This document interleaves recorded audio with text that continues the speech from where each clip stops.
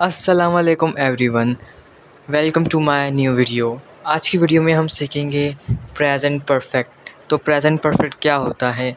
अगर आपने मेरी प्रीवियस वीडियोस नहीं देखी, जैसे कि प्रेजेंट सिंपल वाली, पास्ट सिंपल वाली और पास्ट परफेक्ट वाली, तो पहले वो देख कर आएँ ताकि आपको और क्लियरफाई हो प्रेजेंट परफेक्ट। तो प्रेजेंट परफेक्ट क्या होता है? हम अगर इसकी बात करें, इसके यूजेस की, तो सबसे पहले मैं बात करता हूँ प्रेजेंट परफेक्ट की डेफ़िनेशन की, जो प्रेजेंट परफेक्ट की डेफ़िनेशन है। सो गाइस, ये चीज़ें मैंने लिख दी हैं। प्रेजेंट परफेक्ट की डेफ़िनेशन अभी मैंने लिखी है। मैं आपको अभी खाली प्रेजेंट परफेक्ट की डेफ़िनेशन समझा देता हूँ। तो क्या होती है प्रेजेंट परफेक्ट की डेफ़िनेशन?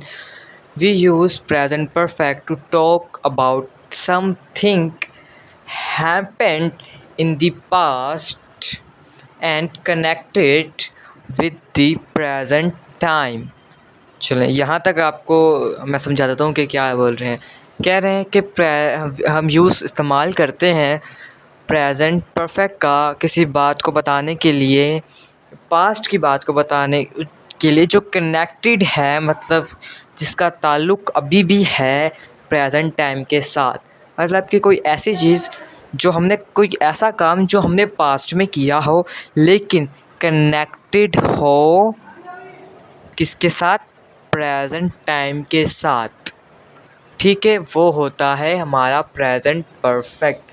ठीक है भाई, वो चीज़ हमारी कहलाती है प्रेजेंट परफेक्ट, जो हमने काम पास्ट में किया हो लेकिन जो उसके रिज़ल्ट्स हैं, जैसे कि यहाँ पे लिखा हुआ है present result some way and looks, जो भी जो उसका मतलब मेन चीज़ है रिज़ल्ट, जो हमें चीज़ नज़र आ रही है प्रेजेंट टाइम में, लेकिन जो काम हुआ है वो हुआ है पास्ट में, लेकिन जो उसके रिज़ल्ट हैं कनेक्टेड है, अभी भी उसका लिंक है उस काम का प्रेजेंट टाइम में, तो हम यूज़ करते हैं प्रेजेंट परफेक्ट का।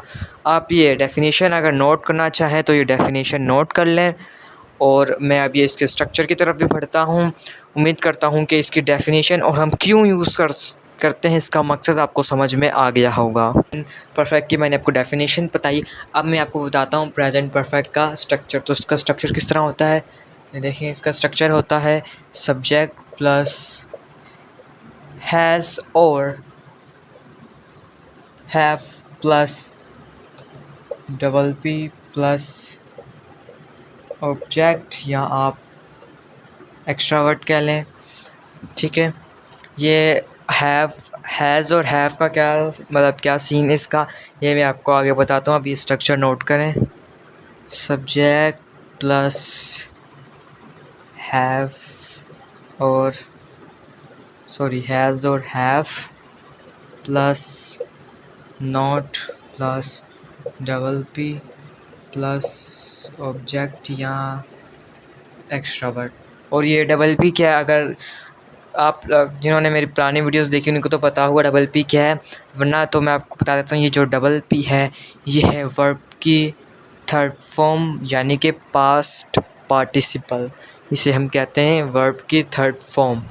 ठीक है, एफर्मेटिव नेगेटिव भी हो गया, नोट ला गया। अब हम लगाते हैं इंटेरोगेटिव। इंटेरोगेटिव में वही चीज़ कि हम ये जो है और है से शुरू में ले जाएंगे। हैज़ और have plus subject plus past participle plus object या एक्स्ट्रा वर्ड कह लें। एक्स्ट्रा वर्ड मतलब कि ये ऑब्जेक्ट में ही आ जाता है। ऑब्जेक्ट मतलब कि जिसके ऊपर काम हो रहा था, लेकिन एक्स्ट्रा वर्ड में जो और वर्डिंग होती है वो सारा ऑब्जेक्ट भी कवर हो जाता है। मर्ज़ी आपकी एक्स्ट्रा वर्ड लिख दें या ऑब्जेक्ट लिख दें। ठीक है, ये जो मैंने इसका फॉर्मेट कह लें आप, या स्ट्रक्चर कह लें, ये मैंने आपको लिख दिया है किसका? प्रेजेंट परफेक्ट का। तो ये स्ट्रक्चर मैंने आपको लिख दिया है। मैं स्ट्रक्चर भी समझा देता हूँ। सब्जेक्ट प्लस हैव और has plus past participle verb की थर्ड फॉर्म। ठीक है, plus object, subject plus have और has plus not plus verb की थर्ड फॉर्म प्लस ऑब्जेक्ट, और हैव और has plus subject plus verb की थर्ड फॉर्म प्लस ऑब्जेक्ट हो गया। और कुछ बच्चों को इसमें कंफ्यूजिंग हो रही होगी कि हैव और हैज़ कहाँ लगेगा। ये मैंने लिखा है हैव और हैज़ इसके स्ट्रक्चर में है। इसका हेल्पिंग वर्ब है ये।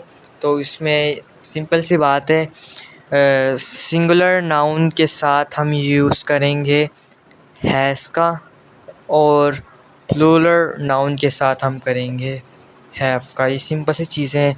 इसकी मैं अगर कुछ एग्जांपल दे दूँ तो वो है ही, शी, इट, और इसकी है आई, वी, दे। ठीक है, ये मैंने एग्जांपल भी कुछ लिख दिए हैं। तो ये इसका फॉर्मेट स्ट्रक्चर मैंने आपको बता दिया, समझा भी दिया है। अभी मैं आपको कुछ एग्जांपल के ज़रिए भी प्रेजेंट परफेक्ट समझा देता हूँ। अभी मैं आपको कुछ एग्जांपल्स भी लिख देता हूँ ताकि आपको और क्लियर हो जाए प्रेजेंट परफेक्ट। तो एग्जांपल कुछ मैं आपको लिख रहा हूँ, जैसे कि आई के साथ हम हैव लगाएंगे, उसके बाद टेकन फूड। अब ये आप मुझे बताएं कि इसकी क्या मीन है, जल्दी जल्दी कमेंट करें कि इसका क्या मीन है। अब बोलें फटाफट, उर्दू में इसका मीन बताएं कि क्या इसकी मीनिंग है प्रेजेंट परफेक्ट के बारे में। जितना आपको मैंने समझाया, जितना आपको समझ में आया, इसकी क्या मीनिंग निकल रही है, उर्दू मीनिंग इसकी क्या है। अगर आप कमेंट करना चाहते हैं तो कमेंट करें, या तो अपने मुंह से बोलें, एक दफ़ा बोलें, 2 दफ़ा बोलें। चलिए, इसकी मीनिंग क्या निकल रही है, उर्दू बता दी। मीनिंग क्या निकल रही है आप देखें। इसकी मीनिंग है कि मैं जो हूँ, मैंने खाना खा चुका हूँ, मैंने खाना खा लिया है। अभी हम बहुत स्कूलों में पढ़ते हैं या कोचिंग में जाते हैं तो वो हमें बताते हैं कि भाई ता है, ती है और ते हैं। ये सब बेकार है, इस पे नहीं जाएं। अगर आप ता ही ती पे रहेंगे ना तो कभी भी इंग्लिश नहीं बोल पाएंगे, कभी भी टेंसेस सीख नहीं पाएंगे। ये सब बेकार है। जितनी भी चीज़ें ना ता ही ती है, गलत है। अगर आप किसी प्रोफेशनल जगह पे जाएंगे, किसी से पूछेंगे ना तो वो भी आपको बोलेगा ता ही ती पे ना रहे, बेकार चीज़ है। सिंपल जो सिंपल स्ट्रक्चर है, स्ट्रक्चर आपको क्यों दिया गया कि आप स्ट्रक्चर से सीखें। ता ही ती है, उर्दू को छोड़ें, गूगल पे जाके टाइप करके ये सब छोड़ें, जो इसकी रियल मीनिंग निकलती है उसके पीछे आएँ। ता ही ती है को छोड़ें, जो स्ट्रक्चर हमें कह रहा है हम वो कर रहे हैं। आई हैव ईटन फूड, जो स्ट्रक्चर में था सब्जेक्ट, हेल्पिंग वर्ब भी आ गया और वर्ब की पास्ट पार्टिसिपल, वर्ब की थर्ड फॉर्म भी आ गई, ईटन और फूड भी आ गया।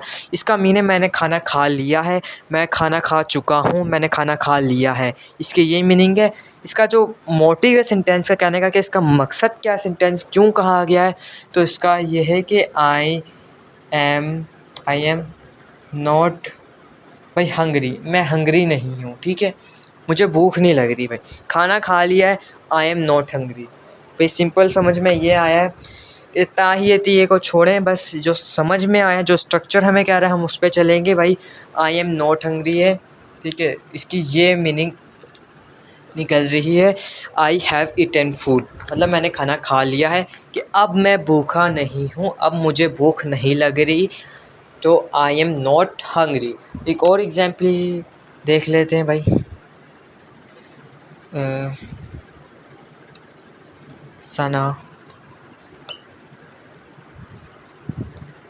सना हैज़, सॉरी गलत हो रहा है। Sana has washed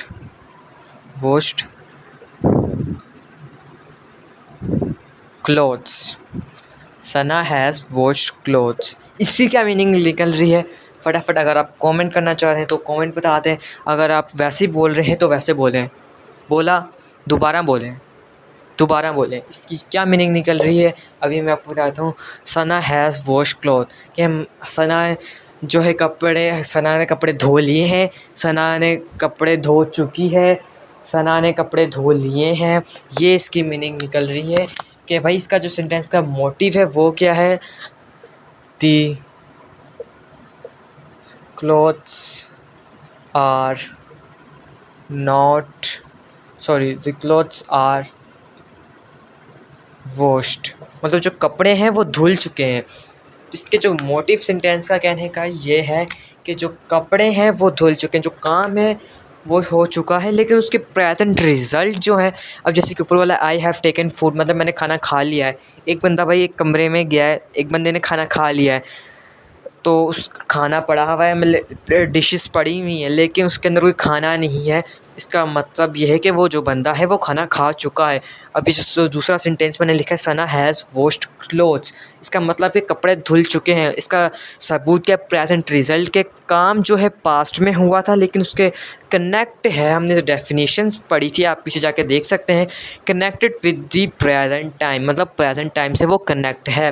the clothes are washed मतलब कपड़े धुल चुके हैं, काम पास्ट में हुआ था लेकिन उसके प्रेजेंट रिजल्ट कनेक्टेड है द प्रेजेंट टाइम के साथ। मतलब कि अभी कोई उसके पास सारा गई है तो उसने सारा ने देखा कि सना ने कपड़े धो लिए हैं, जो कपड़े हैं वो धुले हुए हैं, तो इसलिए वो सेंटेंस उसने कहा है सना हैज़ वॉश क्लोथ्स में सना ने कपड़े धो लिए हैं, सना कपड़े धो चुकी है। इसकी उर्दू में मुख्तलिफ़ किस्म की प्रोनाउंसिएशन होती है, मुख्तलिफ़ किस्म के उर्दू निकालते हैं, लेकिन कभी भी आप उर्दू से इंग्लिश ना बनाएं, इंग्लिश से उर्दू बना लें। ये ताहीती है कि कॉन्सेप्ट पे नहीं जाएं, ये बिल्कुल कभी भी आप सीख नहीं पाएंगे। जो चीज़ मैं आपको समझाना चाह रहा हूँ वो समझने की कोशिश करिए। अगर आपको यहाँ तक कोई मुश्किल, उम्मीद करता हूँ कि मैंने इतने अच्छे से समझाया, कोई मुश्किल नहीं आई होगी। अगर आपको अभी भी कुछ मुश्किल लगा है तो पीछे जाके वीडियो में देखें, स्ट्रक्चर देखें, इसकी डेफिनेशन देखें कि मैंने आपको डेफिनेशन और स्ट्रक्चर के बारे में सब कुछ बता दिया है। अगर आपको कोई भी किसी मुश्किल लग रही है तो वीडियो में पीछे जाके आप देख सकते हैं। तो इसकी एक और आपको अगर मैं एग्ज़ाम्पल दे दूं तो वो है कि अली हैज़ ड्रिंक्ड वाटर। ठीक है, अली हैज़ ड्रिंक वाटर, इसकी मीनिंग क्या निकल रही है? आप अभी मैंने आपको 2 एग्जांपल्स दी हैं, अब तक आपको, मुझे पता है कि आपको इसका उर्दू मीनिंग, इसकी मीनिंग, इसका मोटिव सेंटेंस है कहने का आपको पता चल गया होगा। मैं चाहता हूँ कि भाई इस वीडियो के नीचे आप कमेंट करें इस सेंटेंस का मोटिव क्या है कहने का। मुझे नहीं पता, आप जल्दी से इस वीडियो के नीचे कमेंट करें। आप जितनी मर्तबा करना चाहते हैं तो कमेंट करें, या तो आप उर्दू में टाइप करना चाहते हैं तो उर्दू में टाइप करें इस सेंटेंस का मोटिव क्या है, ये आप कमेंट में बताएंगे। इसकी मैं नहीं लिख रहा, इसका मतलब मैं नहीं लिख रहा, आप कमेंट में नीचे बताएं इसका मतलब क्या है। उम्मीद करता हूँ आपको यहाँ तक समझ में आ गया होगा। अगर आपको किसी किस्म की अभी तक कोई आपको कुछ समझ में नहीं आया तो आप मुझे कमेंट में ज़रूर पूछ सकते हैं, लेकिन ये वाला सेंटेंस, लास्ट सेंटेंस आप कमेंट में लिखें। पीछे अब मैंने स्ट्रक्चर्स और उसका फॉर्मेट जो भी है, डेफिनेशन मैंने लिखी है, आप पीछे जाके वीडियो को देख सकते हैं। उम्मीद करता हूँ कि आपको यहाँ तक समझ में आ गया होगा। तो thank you for watching and अल्लाह हाफिज़। और अगर आप चाहते हैं कि मैं नेक्स्ट वीडियो किस टॉपिक पे बनाऊँ तो वो भी कमेंट करते हैं। थैंक यू फॉर वॉचिंग, अल्लाह हाफिज़।